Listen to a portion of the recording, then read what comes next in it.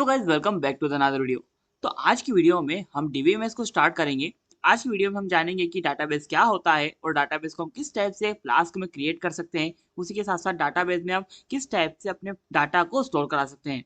तो स्टार्ट करते हैं आज की वीडियो को। Let's get started.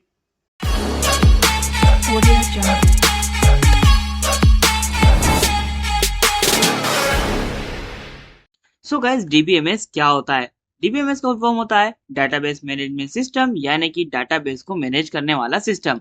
अब बात करते हैं डाटाबेस क्या होता है। तो डाटाबेस बस एक तरह की फाइल होती है जहां पर आपकी वेबसाइट का सारा डाटा स्टोर होता है और वो डाटा किसी फॉर्मेट में स्टोर हो सकता है। तो यहाँ पर सबसे पहले तो अपना जो फ्लास्क का कोड है वो मैं लिख लूंगा और उसके बाद में यहाँ पर आपको एक डाटाबेस बनाकर दिखाऊंगा और उस डाटाबेस में किस टाइप से आप आइटम्स को ऐड कर सकते हो वो भी मैं सिखाऊंगा। सबसे पहले तो मैं यहाँ पर लिखूंगा डेटा से फ्रॉम फ्लास्क इंपोर्ट फ्लास्क। अब ये सब मैं क्या कर रहा हूँ ये अभी आपको नहीं बताऊंगा क्योंकि ये सब मैं पहले ही बहुत बार बता चुका हूँ। तो अभी के लिए यहाँ पर मैं फ्लास्क रेंडर टेम्पलेट और रिक्वेस्ट को इंपोर्ट कर रहा हूँ और मैं यहाँ पर लिखूंगा let's say app is equal to Flask और मैं यहाँ पर लिख दूंगा कुछ इस टाइप से अंडरस्कोर नेम और मैं यहाँ पर लिखूंगा @app डॉट राउट और यहाँ पर मैं अपना URL एंटर कर दूंगा कुछ इस टाइप से और मैं यहाँ पर एक फंक्शन बना लूंगा लेटर से होम और मैं यहाँ पर रिटर्न कर दूंगा लेटर से अभी के लिए हेलो वर्ल्ड और मैं लिखूंगा यहाँ पर let's say if underscore name is equal to underscore main कुछ इस टाइप से और मैं यहाँ पर लिख दूंगा let's say app dot run और debug is equal to true. अब जैसे अपने कोड को रन करूंगा तो यहाँ पर आप देख सकते हैं मुझे हेलो वर्ल्ड देखने को मिल चुका है, मतलब कि हमारा जो कोड है वो सक्सेसफुली रन हो रहा है। एक बार आप भी आपके कोड को रन करके देख लिया करो कि आपका कोड सक्सेसफुली रन हो भी रहा है या नहीं हो रहा है।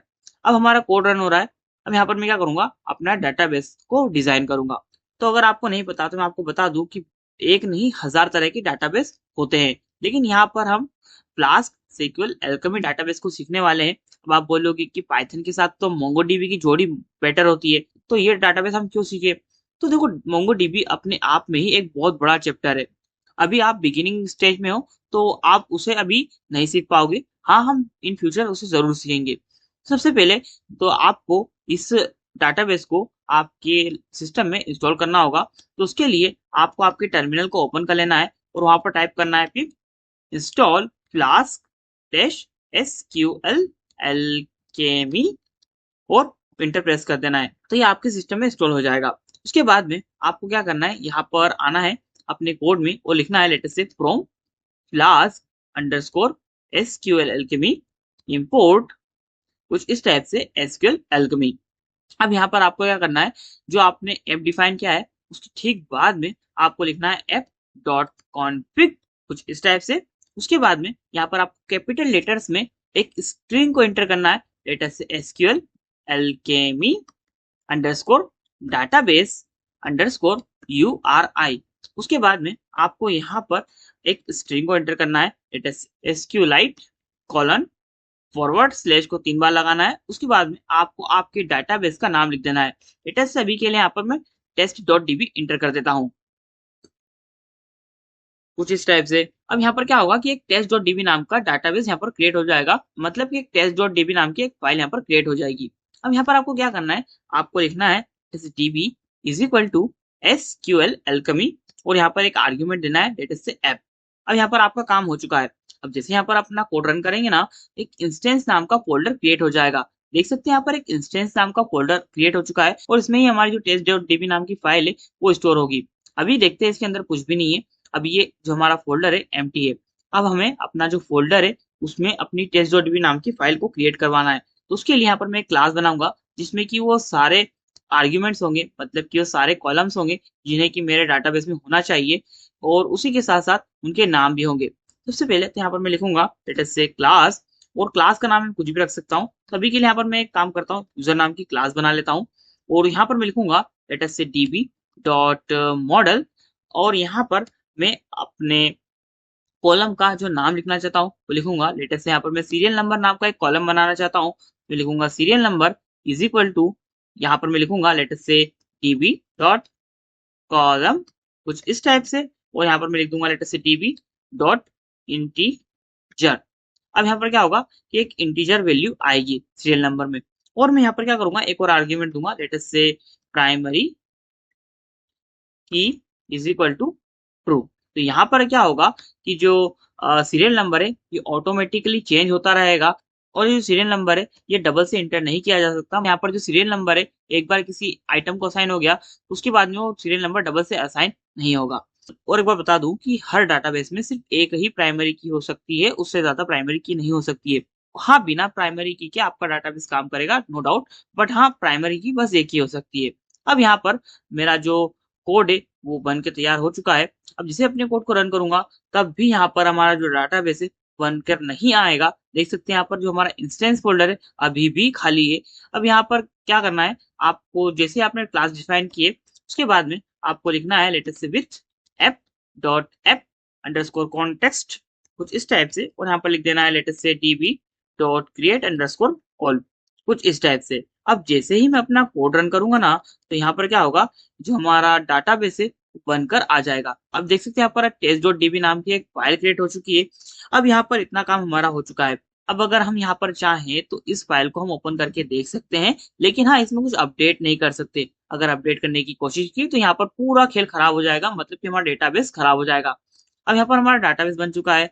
अब आप बोलोगे कि हमारा डाटाबेस तो बन चुका है, लेकिन हमें कैसे पता चलेगा कि यहाँ पर कितने कॉलम्स है, क्योंकि यहाँ पर तो एक था तो हमने पहचान लिया, लेकिन अगर बहुत सारे हुए तब, तो उसके लिए भी तरीका है। आपको सिंपली आपके ब्राउजर पर सर्च करना है SQLite वीवर। तो यहाँ पर आपको जो ये पहली वेबसाइट दिखेगी इस पर आपको क्लिक करना है, और यहाँ पर आपको क्या करना है, इस डाटाबेस को अपलोड कर देना है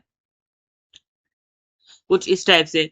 तो यहाँ पर क्या होगा कि आपको जितने भी कॉलम्स होंगे और जितना भी डाटा होगा आपके डाटाबेस में वो सभी देखने को मिल जाएगा। देख सकते हैं यहाँ पर मुझे सीरियल नंबर देखने को मिल चुका है। अब यहाँ पर मैं चाहता हूँ कि एक और कॉलम मेरे डाटाबेस में ऐड हो जाए, लेट अस से यूजर नेम। तो उसे भी मैं डिफाइन कर देता हूँ, लेट अस से यूजर नेम। और जो हमारा यूजर नेम है उसमें क्या होगा, एक स्ट्रिंग आएगी, और जो हमारी स्ट्रिंग है उसकी मुझे लेंथ यहाँ पर असाइन करनी होगी। लेटेस्ट से यहाँ पर 200 कैरेक्टर्स असाइन कर देता हूँ। और जैसा कि मैंने आपको बताया था कि प्राइमरी की सिर्फ एक ही बार यूज कर सकते हो आप, डबल से यूज नहीं कर सकते। तो उसके लिए यहाँ पर मैं क्या करता हूँ, मैं यहाँ पर एक और आर्ग्यूमेंट देता हूँ, लेटेस्ट से नलेबल इक्वल टू फॉल्स। इससे क्या होगा कि जो हमारा ये वाला आर्ग्यूमेंट है, मतलब कि जो हमारा यूजर नेम वाला कॉलम है वो कभी भी एम्प्टी नहीं रहेगा। अब इतना काम हमारा हो चुका है। अब अगर मैं चाहता तो प्राइमरी की और नलेबल ये दोनों आर्ग्यूमेंट को इग्नोर कर सकता था, नो डाउट एरर नहीं आता।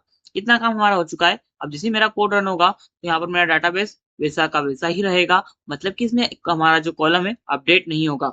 अगर आपको लग रहा है डाउट तो मैं काम करता हूँ, डबल से हमारा जो test.db है उसे यहाँ पर अपलोड करके बता देता हूँ। देख सकते हैं यहाँ पर सीरियल नंबर देखने को मिल रहा है, दूसरा आर्ग्यूमेंट यानी कि यूजर नेम हमें देखने को नहीं मिल रहा है। आई होप कि आप मेरी बात समझ गए होंगे। इसका मतलब ये कि अगर हमने एक बार अपना डाटाबेस बना दिया तो उसमें हम किसी भी चीज को अपडेट नहीं कर सकते। अगर करना हो तो उसके लिए हमें अपने डाटाबेस को पहले डिलीट करना पड़ेगा, उसके बाद में ही यहाँ पर हम उसे अपडेट कर पाएंगे, मतलब कि इसमें कुछ कॉलम्स को ऐड कर पाएंगे। हाँ, कुछ टूल्स वगैरह की हेल्प से आप ऐसा कर सकते हो, लेकिन नॉर्मली तो आप ऐसा नहीं कर सकते। तो अभी के लिए मुझे अपने डाटाबेस को डिलीट करना पड़ेगा, उसके बाद में ही अपना न्यू डाटाबेस मैं यहाँ पर बना पाऊंगा। अब जैसे ही मैं अपने कोड को रन करूंगा तो यहाँ पर हमारा डाटाबेस बन जाएगा। देख सकते हैं बन चुका है। अब जैसे मैं यहाँ पर डबल से अपना डाटाबेस है उसे अपलोड करूंगा तो आप देख सकते हैं यहाँ पर मुझे सीरियल नंबर और यूजर नेम दोनों चीजें देखने को मिल चुकी हैं। एक बात और, जो ये 2 लाइन मैंने लिखी है ये कई डेवलपर्स डायरेक्ट उनके कंसोल यानी कि टर्मिनल में लिख देते हैं। अब इन दोनों लाइन को आप चाहो तो यहाँ पर डायरेक्ट टर्मिनल पर लिखने के बाद में आपका डाटाबेस क्रिएट करवा सकते हो, लेकिन यहाँ पर एक प्रॉब्लम है। प्रॉब्लम ये है कि जो आपका डाटाबेस है अगर आपने बाय चांस डिलीट कर दिया तो वहां पर आपको डबल से आपके टर्मिनल में जाना पड़ेगा और उसे फिर से क्रिएट करना पड़ेगा। तो ये प्रॉब्लम मुझे ना फेस करना पड़े, इसलिए मैं यहाँ पर डायरेक्ट अपना जो कोड होता है उसमें ही इन दोनों लाइन्स को एंटर कर देता हूँ। ये दोनों लाइनें एरर नहीं देती अगर हमारा डाटाबेस पहले से बना है तब भी। अब यहाँ पर मैं क्या करूंगा, एक और कॉलम क्रिएट करूंगा, लेटर से पासवर्ड। उसके लिए यहाँ पर मैं लिख दूंगा लेटर से पासवर्ड, और मैं बाकी की चीजें सेम रहने दूंगा। अब यहाँ पर मुझे अपने डाटाबेस को डिलीट करना पड़ेगा। तो देख सकते हैं मैंने यहाँ पर अपना जो डाटाबेस है उसे डिलीट कर दिया है। और जैसे ही मैं अपने कोड को रन कर दूंगा लेटर से पाइथन app.py, तो हमारा जो डाटाबेस है बनकर तैयार हो जाएगा। और जैसे ही मैं यहाँ पर इसे अपलोड कर दूंगा तो क्या होगा कि यहाँ पर जो हमारा पासवर्ड है वो भी यहाँ पर आ चुका है। अब बारी आती है हमारे डाटाबेस में आइटम्स को ऐड कराने की। तो उसके लिए मैं यहाँ पर क्या करूंगा, अपना जो होम वाला फंक्शन है उसमें आऊंगा और मैं क्या करूंगा, एक वेरिएबल बनाऊंगा। लेटेस्ट से मैं यहाँ पर न्यू यूजर नाम का एक वेरिएबल बना लेता हूँ, और उसमें मैं लिखूंगा सबसे पहले तो अपनी क्लास का नाम। तो लेटेस्ट यहाँ पर मैंने यूजर नाम की एक क्लास बनाई थी तो उसे ही मैं यहाँ पर इंटर कर दूंगा और मैं उसमें कुछ आर्ग्यूमेंट्स दूंगा। लेटेस्ट से सबसे पहले तो यहाँ पर यूजर नेम नाम का एक आर्ग्यूमेंट दूंगा और उसमें मैं लिख दूंगा लेटेस्ट से कुछ भी, अभी के लिए हेलो लिख देता हूँ। और उसके बाद में हमारा जो दूसरा वाला आर्ग्यूमेंट था लेटेस्ट से पासवर्ड, उसमें मैं इंटर कर दूंगा लेटेस्ट से कुछ भी, अभी के लिए 1 2 3 4 5 6। और इतना काम हमारा हो चुका है। अब यहाँ पर मैं क्या करूंगा, जो हमारा न्यू यूजर है उसे अपने डाटाबेस में ऐड करवाऊंगा। तो उसके लिए यहाँ पर मैं लिखूंगा लेटेस्ट से db.session.add। उसके बाद में मैं यहाँ पर एंटर कर दूंगा लेटेस्ट से न्यू यूजर को। अब यहाँ पर मैं क्या करूंगा, मैं लिखूंगा लेटेस्ट से db.session.commit। इसका मतलब ये है कि भाई जितने भी चेंजेस करना थे मेरे डाटाबेस में वो मैंने कर दिए, तो हमारा जो डाटाबेस है उसे आप कमिट कर दो। अब जैसे ही मैं अपने कोड को रन कर दूंगा लेटेस्ट से python f.py, और जैसे यहाँ पर हमारा जो पेज है उसे मैं रिफ्रेश करूंगा 2 3 बार, तो देखो रिफ्रेश हो चुका है। अब जैसे यहाँ पर अपना डाटाबेस मैं अपलोड करूंगा, यहाँ पर हमारे जिस डाटाबेस है उसमें आइटम्स आ जाएंगे। देख सकते हैं यहाँ पर हेलो आ चुका है और जो पासवर्ड है उसमें हमारा पासवर्ड भी आ चुका है। और तो देख सकते हैं आप हमारा जो सीरियल नंबर है वो ऑटोमेटिकली अपडेट हो रहा है। अब यहाँ पर हम क्या करेंगे, हमारा जो यूजर नेम है और जो पासवर्ड है उसे किसी एक HTML पेज से रेंडर करवाएंगे और अपने डाटाबेस में स्टोर करवाएंगे। तो आपका टाइम बचाने के लिए मैंने यहाँ पर पहले से ही एक टेम्पलेट बना लिया है जिसमें कि सारा का सारा कोड लिखा हुआ है। और अगर आपको नहीं पता कि जो फॉर्म है उससे किस टाइप से आप डाटा फेच करते हो, तो आप मेरा फॉर्म हैंडलिंग वाला वीडियो देख सकते हो। तो सबसे पहले यहाँ पर मेथड्स को ऐड कर दूंगा। लेटेस्ट से मेथड्स इज इक्वल टू एक लिस्ट बनाऊंगा जिसमें कि मैं एंटर कर दूंगा लेटेस्ट से गेट, और मैं यहाँ पर लिख दूंगा लेटेस्ट से इसी टाइप से पोस्ट। यहाँ पर हमारी 2 मेथड्स आ चुकी हैं। अब यहाँ पर मैं लिखूंगा let's say if request dot method equal to let's say post हो जाए, तो आप क्या करो, इस कोड को रन कर दो। और उसी के साथ साथ यहाँ पर आपको क्या करना है, इनपुट लेना है let's say username is equal to request dot form, कुछ इस टाइप से। उसके बाद में आपको यहाँ पर आपका जो नाम है जो आपके HTML पेज में आपने लिखा है उसे यहाँ पर लिखना होगा लेटेस्ट से यूजर नेम, और उसी टाइप से आपको पासवर्ड को भी इंटर करना है let's say password is equal to request dot form, और यहाँ पर ब्रैकेट्स में आपको लिखना है पासवर्ड। अब यहाँ पर क्या करना है, आपके जो वेरिएबल्स है उन्हें आपको यहाँ पर इंटर करवाना है कुछ इस टाइप से। Let's say username is equal to username, और यहाँ पर का जो पासवर्ड है उसे भी इंटर करवाना है लेटेस्ट से पासवर्ड। अब एक बात यहाँ पर ध्यान रखना, जो आपका यूजर नेम है ये वाला और जो ये वाला यूजर नेम है ये दोनों अलग अलग है। ये वाला जो यूजर नेम है ये हमारा आर्ग्यूमेंट है जो कि हमारी क्लास का है, और जो हमारा ये वाला यूजर नेम है और जो ये वाला पासवर्ड है ये हमारे वेरिएबल्स है। अब हमारा इतना काम हो चुका है। अब हम अपना जो रेंडर टेम्पलेट है उसे यहाँ पर इंटर कर देंगे सेट index.html, और जैसे ही अपने कोड को रन कर दूंगा, सो गाइस जैसा कि आप देख सकते हैं यहाँ पर एक फॉर्म आ चुका है। यहाँ पर मुझे ईमेल एड्रेस और मेरा जो पासवर्ड है वो इंटर करने को बोल रहा है। तो यहाँ पर मैं फटाफट से अपना जो भी ईमेल एड्रेस है वो इंटर कर देता हूँ लेटेस्ट से hello@gmail.com, और जो मेरा पासवर्ड है कुछ भी इंटर कर देता हूँ। अब मैं सबमिट पर जैसे ही क्लिक करूंगा तो मेरे डाटाबेस में ये जो डाटा है वो ऑटोमेटिकली अपडेट हो जाएगा।